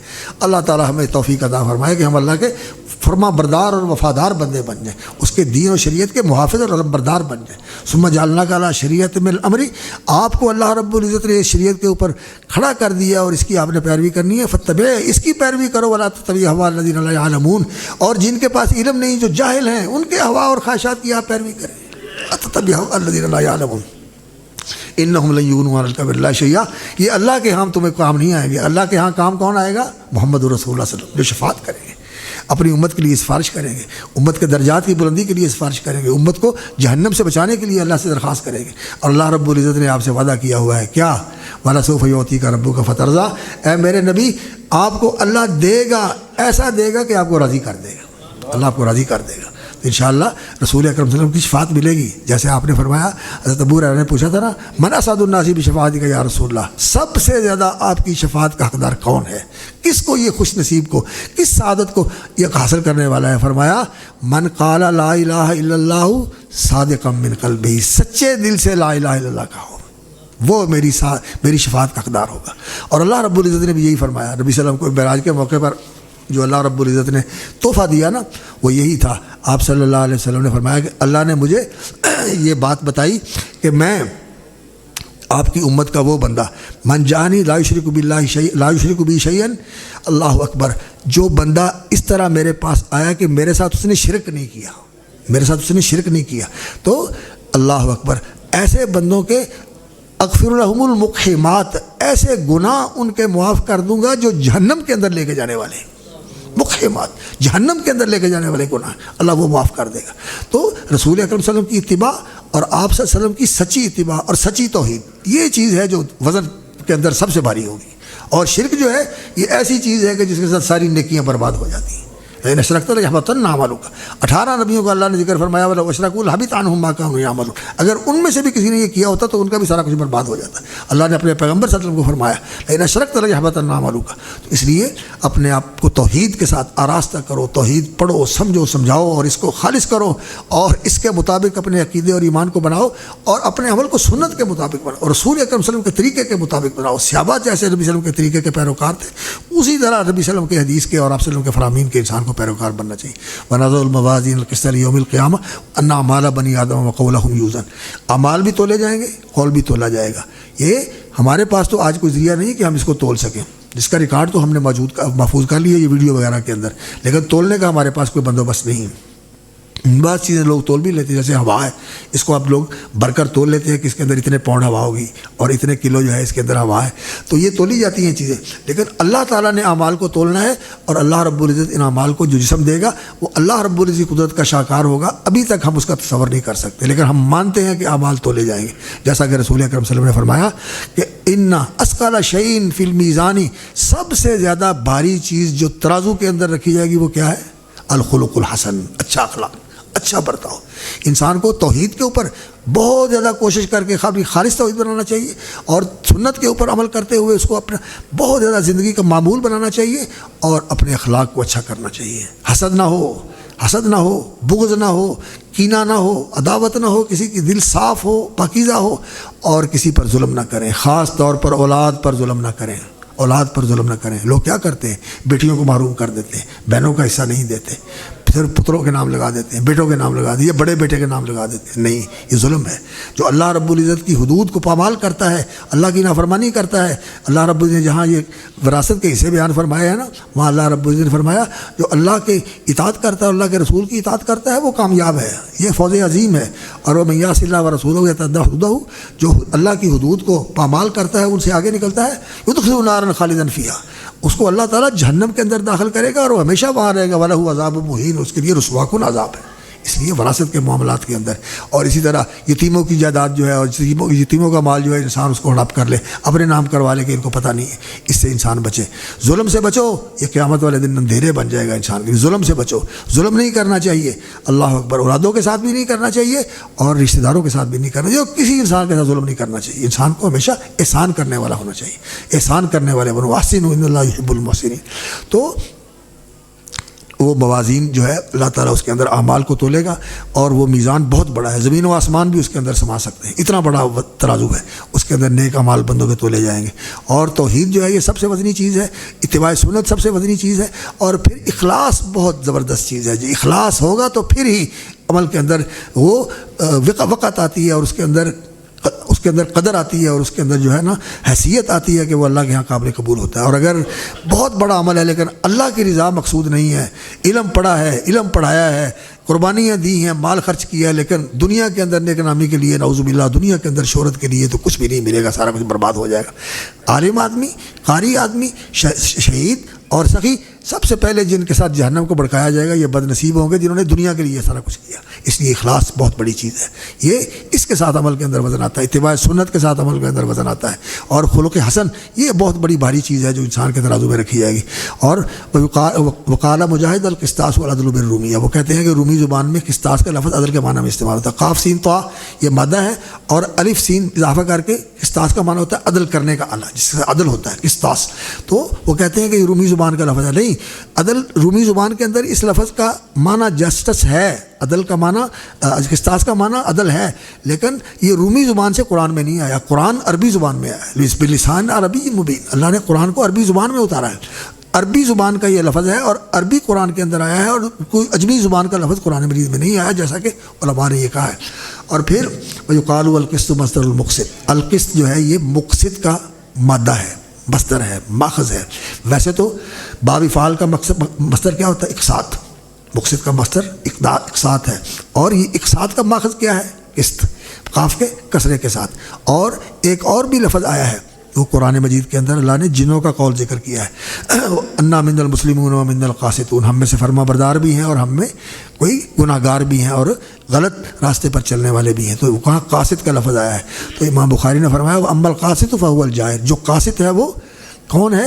ظلم کرنے والا ہے، وہ غلط راستے کے اوپر چلنے والا ہے. تو کاف کے فتح کے ساتھ قسط اگر ہو تو اس کا معنی جور ہے، ظلم ہے، اور اگر کاف کے زیر کے ساتھ ہو تو پھر اس کا معنی ہے عدل. اور پھر اس کے بعد امام بخاری رحمۃ اللہ نے اپنی حدیث کی سند بیان فرمائی. کہتے ہیں حدثنا احمد بن اشکاب، اشکاب دونوں طرح صحیح ہے، اشکابہ بھی صحیح ہے اور اشکابین بھی صحیح ہے، منصرف و غیر منصرف دونوں طرح پڑھنا صحیح ہے. قال حدثنا محمد بن فضیل، ہمیں محمد بن فضیل نے بتایا. احمد بن اشکاب بھی کوفی ہے اور محمد بن فضیل بھی کوفی ہے. عن عمارۃ بن القعقاع نبی زرعۃ نبی ہریرہ. عمارۃ بن القعقاع ابن شبرمہ، عبداللہ ابن شبرمہ قاضی تھے، امام ابو حنیفہ کے ہم عصر ہیں اور کوفے کے قاضی تھے. ان کا یہ بھتیجے ہیں، اور چچا کی عمر تھوڑی تھی اور بھتیجے کی عمر زیادہ تھی. بڑے راوی، معتبر راوی ہیں یہ عمارۃ بن القعقاع. وہ ابو زرع سے روایت کرتے ہیں. ابو زرع جو تھے یہ جریر ابن عبداللہ البجلی کے پوتے ہیں. ان کا نام تھا حارم اور ان کے والد کا نام تھا عمر، اور جریر ابن عبداللہ ان کے دادا تھے، اور رسول اکرم صلی اللہ علیہ وسلم کے بڑے پیارے اور خوبصورت صحابی تھے. وہ کہتے ہیں جب بھی میں اللہ کے رسول صلی اللہ علیہ وسلم کی مجلس میں آپ نے مسکرا کر میرا استقبال کیا رضی اللہ تعالیٰ عنہ وارضاہ. تو یہ ان کے پوتے ہیں اور وہ ابو ہریرہ سے روایت کرتے ہیں. اور ابو ہریرہ کون ہے؟ راویۃ الاسلام، اسلام کے وہ صحابی جنہوں نے سب سے زیادہ حدیث روایت کی ہے. قرآن کے بھی حافظ تھے، حدیث کے بھی حافظ تھے. اللہ نے ان کو ایسا حافظہ دیا تھا. رسول اکرم صلی اللہ علیہ وسلم نے ان کے لیے ایک موقع پر خاص طور پر انہوں نے کہا میں بھول جاتا ہوں. آپ صلی اللہ علیہ وسلم نے فرمایا کہ چادر بچھاؤ، چادر بچھائی، آپ صلی اللہ علیہ وسلم نے دعا فرمائی، اور پھر کہتے ہیں کہ وہ چادر لپیٹ کے میں نے سینے سے لگا لی. اس کے بعد پھر مجھے جو سنتا ہوں بھولتا نہیں، جو چیز میں نے سنی ہے بھولتا نہیں. اللہ کا فضل ہے کہ ایسا حافظہ تھا ان کا. اور سب سے زیادہ حدیثیں جو ہیں ان کے واسطے سے ہم تک پہنچی ہیں. اللہ تعالیٰ ان کے درجات بلند فرمائے. اور اللہ رب العزت ہمیں ان کی محبت نصیب فرمائے۔ کیوں؟ انہوں نے دعا کی تھی کہ یا رسول اللہ آپ میرے لیے دعا کریں کہ اللہ میری اور میری ماں کی محبت مومنوں کے دلوں میں ڈال دے۔ تو جس دل میں ابو ہریرہ کی اور ابو ہریرہ کی ماں رضی اللہ تعالیٰ عنہما ان کی محبت ہے وہ مومن ہے، اور جس میں محبت نہیں ہے، گستاخی ہے، نعوذ باللہ ابو ہریرہ کو گالیاں دیتے ہیں، ان کے دل میں ایمان نہیں ہے۔ اللہ تعالیٰ ہمیں ان لوگوں کی محبت نصیب فرمائے۔ اور نیکوں کی محبت یہ بڑی چیز ہے میرے بھائیو، نیکوں کی محبت، نیکوں کے ساتھ تعلق، ان کے ساتھ وابستگی۔ اللہ اکبر۔ رسول اکرم صلی اللہ علیہ وسلم کے ایک صحابی آپ صلی اللہ علیہ وسلم کے پاس آئے اور آ کے کہنے لگے یا رسول اللہ ہم رہتے ہیں اپنے گھروں میں، آپ کو دیکھنے کے لیے بے چین ہو جاتے ہیں، بے قرار ہوتے ہیں، جب اداسی آ جاتی ہے تو آپ کو دیکھتے ہیں خوش ہو جاتے ہیں اور دل باغ و بہار ہو جاتا ہے۔ یا رسول اللہ آپ جنت میں چلے جائیں گے، اللہ تعالیٰ ہمیں بھی جنت میں لے جائے، لیکن آپ کہاں ہوں گے اور ہم کہاں ہوں گے؟ جنت میں ہم آپ کو نہیں دیکھ سکیں گے۔ اللہ اکبر۔ تو رسول اکرم صلی اللہ علیہ وسلم نے فرمایا المرء مع من احب، بندہ جس سے محبت کرتا ہے اللہ اسی کے ساتھ جوڑ دے گا، اللہ اسی کے ساتھ جوڑ دے گا۔ حضرت انس رضی اللہ تعالیٰ عنہ اس حدیث کی راوی ہیں، وہ کہتے ہیں کہ ہم رسول اللہ سے محبت کرتے ہیں، ابو بکر سے محبت کرتے ہیں، عمر سے محبت کرتے ہیں، اللہ تعالیٰ ہمیں ان کے ساتھ جوڑ دے گا۔ تو ہمیں بھی نیکوں کے ساتھ محبت کرنی چاہیے اور علماء کے ساتھ محبت کرنی چاہیے، دین کے خادموں کے ساتھ محبت کرنی چاہیے، خاص طور پر صحابہ اور تابعین، ائمہ مجتہدین، جتنے بھی مجتہد ائمہ ہیں۔ لوگ تو کہتے ہیں نا 4 ہیں، الحمدللہ 4 نہیں ہیں، بہت زیادہ ہیں۔ امام بخاری بھی ان میں ہیں، امام ابو داود بھی ان میں ہیں، اور امام داود بن علی بھی ان میں ہیں، اور امام سفیان ثوری بھی ان کے اندر ہیں، اور اسی طرح امام اوزاعی بھی ان کے اندر ہیں، اور اسی طرح امام بن جریر الطبری بھی ان کے اندر ہیں۔ یہ سارے ائمہ فقہاء اور فقہاء محدثین ہیں، ان سب کا احترام کرنا چاہیے، سب کے دل میں عظمت ہونی چاہیے، اور کسی کے متعلق گستاخی والی بات نہیں کرنی چاہیے۔ طلباء کو خاص طور پر، ہمارے لوگ بڑی جرت کرتے ہیں بعض اوقات ائمہ کے بارے میں نا ایسا بات کر جاتے ہیں، نہیں ایسا نہیں ہونا چاہیے، احترام کرنا چاہیے۔ تو ابو ہریرہ رضی اللہ تعالیٰ عنہ کی محبت اللہ تعالیٰ ہمیں نصیب فرمائے۔ قال النبی صلی اللہ علیہ وسلم، یہ جو قال النبی ہے نا، اس کے اندر بڑی حلاوت ہے۔ قال اللہ تبارک و تعالیٰ، اللہ نے کہا، اللہ کا قول ہمارے پاس ہے، اور جب ہم سنتے ہیں تو اللہ کا کلام سنتے ہیں، اللہ کی بات سنتے ہیں۔ اللہ نزل احسن الحدیث، یہ بہترین بات ہے، یہ ہماری خوش نصیبی ہے کہ ہم اللہ کی بات سنتے ہیں۔ آواز تو میری ہے، الصوت صوت القاری، حافظ محمد گوندلی رحمۃ اللہ فرمایا کرتے تھے کہ آواز تو پڑھنے والے کی ہے لیکن کلام اللہ کا ہے۔ اور قال نبی صلی اللہ علیہ وسلم، ادا تو بندہ کر رہا ہے لیکن قول کس کا ہے؟ محمد الرسول صلی اللہ علیہ وسلم کا قول ہے۔ کلمتان حبیبتان الی الرحمن، اللہ کو بہت پیارے ہیں، اللہ محبت کرتے ہیں، اللہ کی صفت محبت کا یہاں ذکر ہے۔ الرحمن، اللہ رحمت فرماتے ہیں، یہ رحمان اللہ کی ذاتی صفت ہے۔ کلمتان حبیبتان الی الرحمن خفیفتان علی اللسان، زبان پر ہلکے ہیں، بوجھ تو کوئی نہیں ہے زبان کے اوپر، لیکن زبان پر ادا کرنے کے لیے ہلکے، بولنے کا بوجھ نہیں ہوتا۔ سب سے زیادہ آسان کام انسان زبان کو سمجھتا ہے، بول دیا بس، نہیں، یہ بولنا جو ہے نا بہت سوچ کے بولو، تول کے بولو۔ کیوں؟ اس لیے حضرت معاذ بن جبل کو نبی صلی اللہ علیہ وسلم نے جب بتایا نا کہ دین کی بات ایسی بتا دیں جس میں جنت کے اندر چلا جاؤں اور جہنم سے بچ جاؤں، آخری بات جو بتائی نا تو وہ کہا کہ الا اخبرکم بملاک ھذا کلی، یہ جتنی باتیں اوپر بنائی ہیں ان سب کو اکٹھی کر لینے والی اور ان سب کو جمع کر لینے والی بات نہ تمہیں بتاؤں؟ یا رسول اللہ ضرور بتائیں۔ فرمایا کف علیک لسانک، اپنی زبان کو روک لو، اپنی زبان کو روک لو، لگام ڈال دو اس کو۔ یا رسول اللہ جو بولتے ہیں اس پر پکڑا جائے؟ فرمایا یہ زبان کی کاٹ اور زبان کی کمائی اور زبان کی لچر لچر اور اس طرح ہر وقت چلتے رہنا، یہی تو چیز ہے جو لوگوں کو اوندے منہ جہنم میں ڈالتے گی۔ آج ہم لوگوں پر بہتان لگاتے ہیں، اور خاص طور پر یہ تنظیمی اختلافات ہیں، کسی کے ساتھ کوئی ایسا اختلاف ہے تو وہ اس کے اوپر جو اس کا مخالف ہے اس کے اوپر الزام لگاتا ہے، کبھی خیانت کا، کبھی جھوٹ کا، کبھی کسی کا، کبھی کسی کا، اس کے ساتھ لگاتا ہے، اس کے ساتھ لگاتا ہے۔ یہ جو بندہ کسی کے اوپر الزام لگاتا ہے، حدیث میں آتا ہے رسول اکرم صلی اللہ علیہ وسلم نے فرمایا من قال فی اخیہ ما لیس فیہ، جو اپنے بھائی کے بارے میں ایسی بات کرتا ہے جو اس کے اندر ہے نہیں اور اس پر الزام لگاتا ہے، تہمت لگاتا ہے، بہتان اور جھوٹ کرتا ہے اس کے اوپر، فرمایا اللہ تعالیٰ اس کو جہنم کے اس مقام پہ رکھے گا جہاں سارے جہنمیوں کا گند جمع ہوتا ہے، پیپ کچلہو بول و براز جو کچھ ہے جہاں جمع ہوتا ہے اللہ اس کو وہاں رکھے گا، اور اس کو کہا جائے گا اپنی بات ثابت کر اور اس بات کی دلیل پیش کر اور اس کو ثابت کر، وگرنہ تیرا یہ ٹھکانہ ہے۔ اس لیے اپنی زبانوں کو لگام دے، اور خاص طور پر یہ جو موبائل ہے آپ اس طرح کلک کر کے اس کے اوپر پھیلا دیتے ہیں اور پھر وہ پوری دنیا کے اندر پھیل جاتا ہے، پوری دنیا کے اندر پھیل جاتا ہے۔ رسول اکرم صلی اللہ علیہ وسلم نے فرمایا میں نے ایک آدمی کو دیکھا اللہ اکبر، جس کے انکڑے کے ساتھ یعنی لوہے کی کنڈی کے ساتھ اس کی بچوں کو بھی چیرا جاتا ہے، اس کے ناک سے بھی چیرا جاتا ہے، اس کی آنکھوں سے بھی چیرا جاتا ہے اور یہاں تک چیر دیا جاتا ہے، پھر ادھر آتا ہے تو یہ ٹھیک ہو جاتا ہے، اور پھر اس کو چیرتا ہے اور پھر ادھر آتا ہے تو یہ ٹھیک ہو جاتا ہے۔ تو میں نے پوچھا یہ کون ہے؟ فرمایا یہ وہ ہے جو جھوٹ بولتا ہے اور ایک لمحے کے اندر پوری دنیا میں پھیل جاتا ہے۔ اس دور میں تو پھیلتے ہوئے جھوٹ کو زمانہ لگتا تھا، لیکن آج تو اسی وقت پھیل جاتا ہے۔ اس لیے جھوٹی بات نہیں لگانی چاہیے موبائل کے اندر، اور جھوٹی بات نہیں کرنی چاہیے، اور خاص طور پر یہ جو اختلافات ہیں ان کو ہوا دے کر ایک دوسرے کو بدنام کرنے والا کام نہیں کرنا چاہیے۔ زبانیں بند کر لو، اور اگر کسی کی خوبی ہے تو اس کا ذکر کرو، اگر کوئی کمزوری ہے تو اس کی پردہ پوشی کرو۔ من ستر مسلم من سترہ اللہ، جو مسلمان کی پردہ پوشی کرتا ہے اللہ اس کی پردہ پوشی کرے گا، اور جو مسلمان کو بدنام کرتا ہے اللہ تعالیٰ اس کو بھی اپنے گھر میں ذلیل کر دیتا ہے، اپنے گھر میں اللہ ذلیل کر دیتا ہے۔ اللہ اکبر۔ تو اللہ تعالیٰ نے فرمایا کہ رسول اللہ صلی اللہ علیہ وسلم نے فرمایا کہ کلیمتانی حبیبتانی الرحمن، اللہ کو محبوب ہیں، خفیفتانی اللسان، زبان پر ہلکے ہیں، اور ثقیلتانی فی المیزان، میزان کے اندر ان کا بڑا وزن ہے، بہت وزن ہے۔ کیوں؟ اس کے اندر بھی توحید ہے۔ سبحان اللہ و بحمدہ کے اندر بھی توحید ہے۔ سبحان اللہ کیا ہے؟ یہ اللہ کی تسبیح ہے۔ تسبیح کا معنی کیا ہوتا ہے؟ صبا کا معنی ہوتا ہے تیرتے ہوئے دور چلا گیا۔ والسابحات سبحا والنازعات غرقا، اللہ اکبر، والنازعات غرقا والناشطات نشطا فالسابحات سبقا، فالسابقات سبقا نہیں، والسابحات سبقا فالسابقات سبقا، کہ جان کو نکال کر پھر دور لے جاتے ہیں۔ صبح کا معنی ہوتا ہے بہت دور چلا گیا، اور اللہ کا نام ہے سبوح، یعنی ہر عیب اور کمی اور کمزوری سے پاک اور منزہ اور اعلیٰ اور بالا۔ تو سبحان اللہ یہ اللہ کی تسبیح ہے۔ کوئی اللہ کا شریک نہیں، کوئی اللہ کی اولاد نہیں، کوئی اللہ کا خاندان نہیں، کوئی اللہ رب العزت کا حصہ بکرا نہیں، کسی کے اندر اللہ رب العزت نے اپنی خدائی کے اختیارات جو ہیں منتقل نہیں کیے، سارے اختیارات اسی کے ہاتھ میں ہیں، اور باقی سارے جو ہیں محتاج ہیں، اللہ کے سامنے عاجز اور درماندہ ہیں، عاجز اور بے بس ہیں۔ اللہ تعالیٰ کے سامنے سارے ہی فقیر ہیں اور سارے ہی عاجز ہیں، اور اللہ رب العزت جو چاہے کر سکتا ہے، اور اللہ رب العزت اللہ اکبر سب سے اعلیٰ ہے، اور سب اس کے محتاج ہیں، اور وہ سب سے غنی اور بے نیاز ہے۔ سبحان اللہ یہ اللہ کی تسبیح ہے۔ وبحمدہ، یہ واو حالیہ بھی ہو سکتی ہے اور عاطفہ بھی ہو سکتی ہے۔ احمد اللہ بحمدہ ونزہ اللہ، اللہ کی تنزیہ کرتا ہوں سبحان اللہ، اور اللہ رب العزت کی حمد کے ساتھ۔ تو واو جو ہے یہ عطف کے لیے بھی ہو سکتی ہے، اور یہ حال کے لیے بھی ہو سکتا ہے، یعنی متلبسا بحمدہ یا اتلبس بحمدہ۔ اتلبس کا معنی ہوتا ہے لباس، یہ میرا اوڑھنا بچھونا ہے، تو میں اللہ کی حمد کو اپنا اوڑھنا بچھونا بنا لیتا ہوں، یعنی میرے جسم کا رواں رواں اور میرے جسم کا ہر ایک بال اللہ رب العزت کی حمد کے اندر رطب اللسان ہے۔